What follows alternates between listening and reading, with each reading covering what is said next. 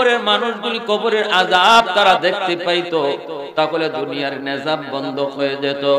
মানুষ কবরের পাশে বাড়িঘর বানাইতো না। কবর দেখা যায় এতটুকু দূরেও কেউ বাড়িঘর বানাইতো না। যদি কবরের আযাব আল্লাহ মানুষকে দেখাইতো, যদি কবরের আযাব আল্লাহ মানুষকে দেখাইতো, তাহলে রাতের বেলা কবরের পাশ দিয়ে যাওয়া দূরের কথা, দিনের বেলাও কেউ কবরের পাশ দিয়া ভয়ে যাতায়াত করতো না। বাবা কবরে আযাব সন্তান যদি দেখতো, তাহলে তার দুনিয়াদারি বন্ধ হয়ে যেত। খানা খাইতে গেলে গলার ভিতর দিয়ে খানা ঢুকতো না। মার কবরের আযাব যদি সন্তান দেখে, তাহলে ওই সন্তানের ঘুম হারাম হয়ে যাবে। এই সন্তান কি করবে কি না, সারা রাত শুধু কান্না করবে, ছটফট করবে, ব্যবসা বাণিজ্য বন্ধ হয়ে যাবে, চাকরি বাকরি করতে ভালো লাগবে না, সংসারের দিকে মনোযোগ আসবে না।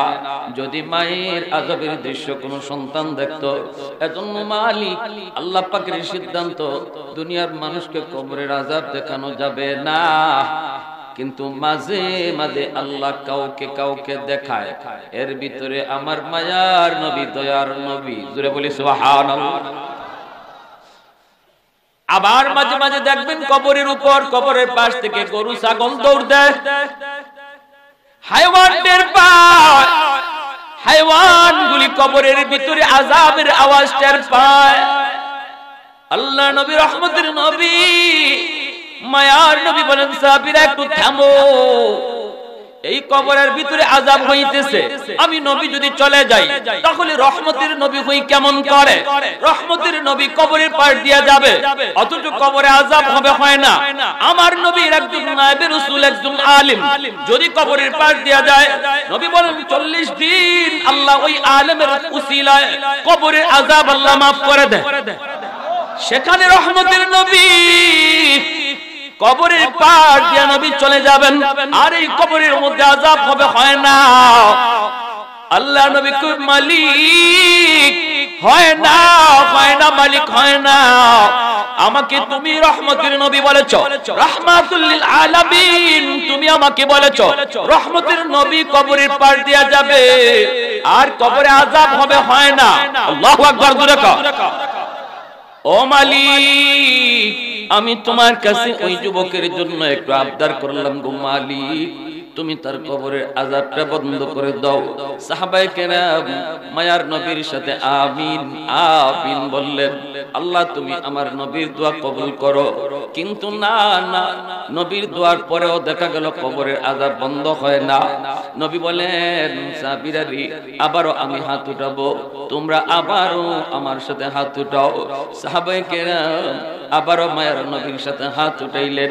নবীজি আবারও দোয়া করলেন, সাহাবীরা আমিন বললেন, তখনও আযাব বন্ধ হয় না। নবী আবার হাত উঠাইলেন, 3 বার আমার মায়ার নবী হাত উঠান, এরপর আল্লাহ আযাব বন্ধ করে না। এইবার আল্লাহ নবী জানতে চান, মালিক আমার হাতের দাম বুঝি তোমার দরবারে কমে গেল? আল্লাহ আমি কোথায় জানি কোন ভুল করলাম, আমার হাতের দাম বুঝি তোমার দরবারে কমে গেল, অথচ আমার নবী, আপনার নবী, রহমতের নবী, হাত উঠাইতে দেরি হতো, নবীর দোয়া কবুল হতে দেরি হতো না। আমার মায়ার নবী, রহমতের নবী হাত উঠানোর বদৌলতে পূর্ব দিগন্তের, পশ্চিম দিগন্তের সূর্য, ডুবে যাওয়া সূর্য আবারও আল্লাহ নবীর দোয়ার উসিলায় আকাশে উঠায় দিছে।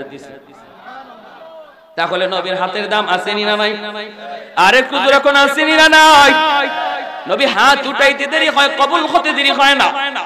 আবু হুরায়রা আল্লাহ নবীর কাছে আয়েশা বলেন, নবী গো, আমার আম্মা আপনার কাছে আমার আসতে দেয় না, ওগো নবীজি একটু দোয়া করেন আমার আম্মার জন্য।